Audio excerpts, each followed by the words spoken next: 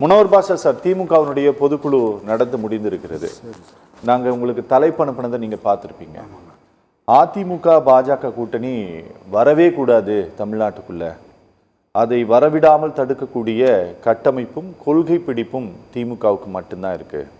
அவங்க ஏன் வரக்கூடாதுங்கிறதுக்கான காரணங்களை பட்டியலிட்டு இருக்கிறார்கள். ஏதாவது அவர் பட்டியலிட்டு இருப்பதில் நியாயம் இருக்குதா? அதாவதுங்க, திராவிட முன்னேற்ற கழகத்தை பொறுத்தவரை மீண்டும் அவர்களுக்கு ஆட்சிக்கு வர வேண்டும் என்ற எண்ணத்தோடு பொதுக்குழுவிற்கு வந்திருக்கின்ற 7000 பேர் அவர்களை உற்சாகப்படுத்தி தேர்தல் பணிகளுக்கு ஆயத்தப்படுத்த வேண்டும் என்ற நோக்கத்தோடு முதல்வர் ஸ்டாலின் அவர்கள் அந்த பொதுக்குழுவிலே பேசியிருக்கிறார்.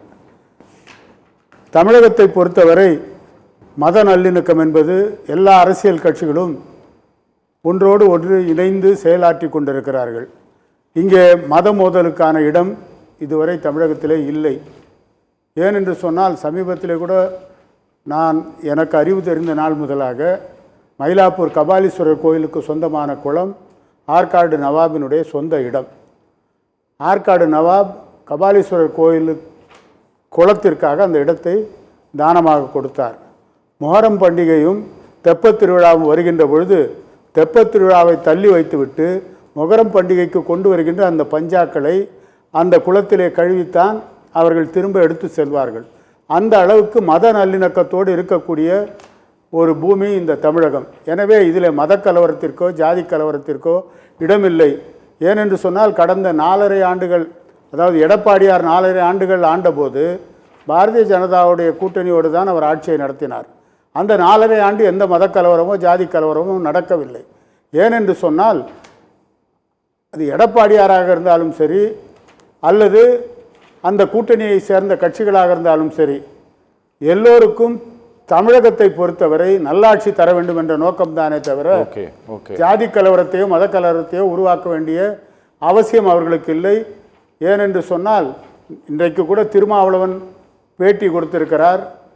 இஸ்லாமியர்களுக்கு புகழ்வதாக கருதி கொண்டு நீங்கள் இந்து மதத்தை இழிவுபடுத்தி விடக்கூடாது, அப்படி மத நல்லிணக்கத்தோடு இருக்க வேண்டும் என்ற உணர்வை இன்றைக்கு திருமாவளவனே சொல்லக்கூடிய சூழ்நிலை உருவாகி இருக்கிறது.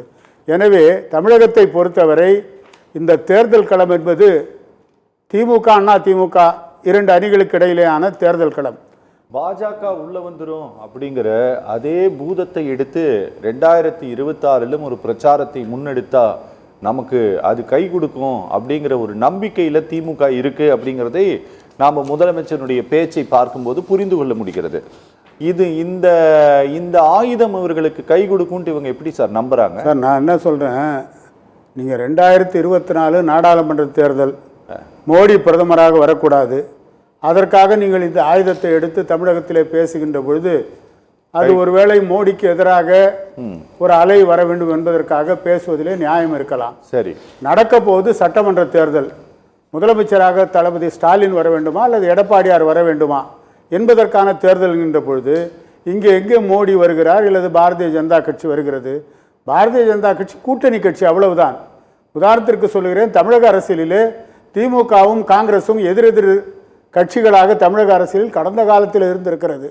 இன்றைக்கு அதே காங்கிரஸ் திமுகவோடு கூட்டு வைத்திருக்கிறது. ஓகே, அதனால் காங்கிரஸ் திமுகவை கபலீகரம் செய்துவிடும் என்று யாராவது சொல்ல முடியுமா? கிடையாது.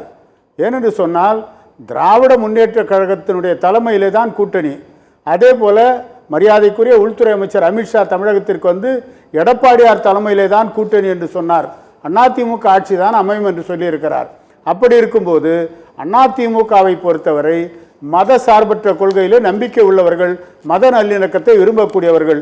எனவே தமிழகத்தை பொறுத்தவரை அதிமுக தலைமையில் ஆட்சி வந்தால் எந்த ஜாதி கலவரமோ மத கலவரமோ வருவதற்கான அவசியமில்லை. தேவையில்லாமல் மக்கள் மத்தியிலே ஒரு அச்சத்தை, பூதத்தை இருப்பதை போல காட்டி அதை வைத்து ஏதாவது அரசியல் ஆதாயம் பெற முடியுமா என்று திராவிட முன்னேற்ற கழகம் கருதலாம். ஆனால் அதற்கான வாய்ப்பு, இது சட்டமன்ற தேர்தல், எனவே அதற்கான வாய்ப்பு இருக்க முடியாது என்று நான் கருதுகிறேன். ஓகே, முனவர் பாஷா சார், பார்லிமெண்ட் எலெக்ஷன் போது உங்களுடைய ஆடு மாடுகளை எடுத்துக்கொள்வார்கள், உங்களுடைய நிலபுலன்களை எடுத்துக்கொள்வார்கள், உங்களுடைய தாலி வரை பறித்து கொள்வார்கள் அப்படின்ட்டு பிரதமர் பிரச்சாரம் செய்தார். அப்போது மதத்தை வைத்துத்தான் பிரச்சாரம் செய்தார் அப்படின்ட்டு காங்கிரஸில் இருந்து எல்லா எதிர்க்கட்சிகளும் சொன்னாங்க. நாங்கள் 2026 சட்டமன்ற தேர்தலில் இவர் பாரதிய ஜனதா கட்சி அதிமுக கூட்டணி அமைந்தது ஆட்சிக்கு வந்தால் இங்கே பிளவுவாத அரசியலைத்தான் அவர்கள் செய்வார்கள், அதனால் இந்த கூட்டணி ஆட்சிக்கு வரக்கூடாது அப்படிங்கிற ஒரு பிரச்சாரத்தை நாங்கள் முன்னெடுக்க போகிறோம், நீங்கள் முன்னெடுக்க வேண்டும் அப்படிங்கிறதைத்தான் இந்த பொதுக்குழுவில் முதலமைச்சர் பிரஸ்தாபப்படுத்தி விட்டார். சரிங்களா, சொல்லிட்டாங்க, எஸ்டாப்ளிஷ் பண்ணிட்டாங்க எதை நாங்க ஆயுதமாக எடுக்க போறோம்ட்டு.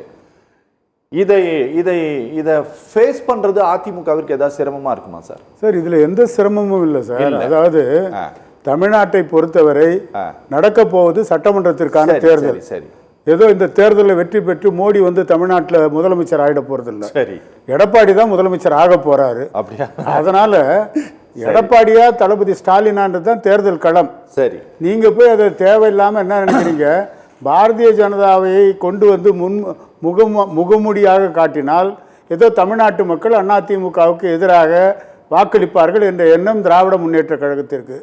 ஏதோ தொடர்ந்து மாநில உரிமைகளை மத்திய ஆட்சி பறித்து விட்டதைப் போலவும் இவர்களெல்லாம் 18 ஆண்டுகள் ஆட்சியிலே மத்தியில் இருந்தும் கூட அந்த மாநில உரிமைகளுக்காக குரல் கொடுத்து அவர் பேசி முடிச்சிட்டோம். இல்லை, அதாவது 18 ஆண்டுகள் இவங்க மத்தியில் ஆட்சியில் இருந்தாங்க. அது வாஜ்பாய் ஆட்சியிலும் இருந்தாங்க, மன்மோகன் சிங் ஆட்சியிலும் இருந்தாங்க.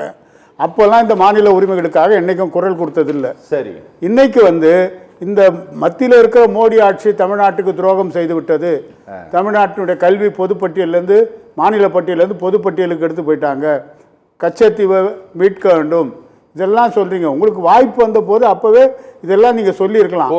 அதனால தமிழ்நாட்டை பொறுத்தவரை இந்த தேர்தல் களம் தமிழகத்திற்கு மக்கள் நலன் சார்ந்த அரசா இல்ல மக்கள் விரோத அரசா திமுக அரசு, இதுதான் தேர்தல் களத்தின் பிரதான பிரச்சாரமாக இருக்க முடியும்.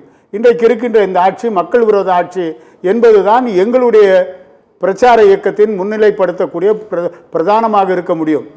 எனவே கண்டிப்பாக பல்வேறு வகையில் மக்களை பாதித்திருக்கின்ற இந்த ஆட்சிக்கு எதிராகத்தான் தமிழகத்து மக்கள் வாக்களிப்பார்கள் என்ற நம்பிக்கை எங்களுக்கு இருக்கிறது.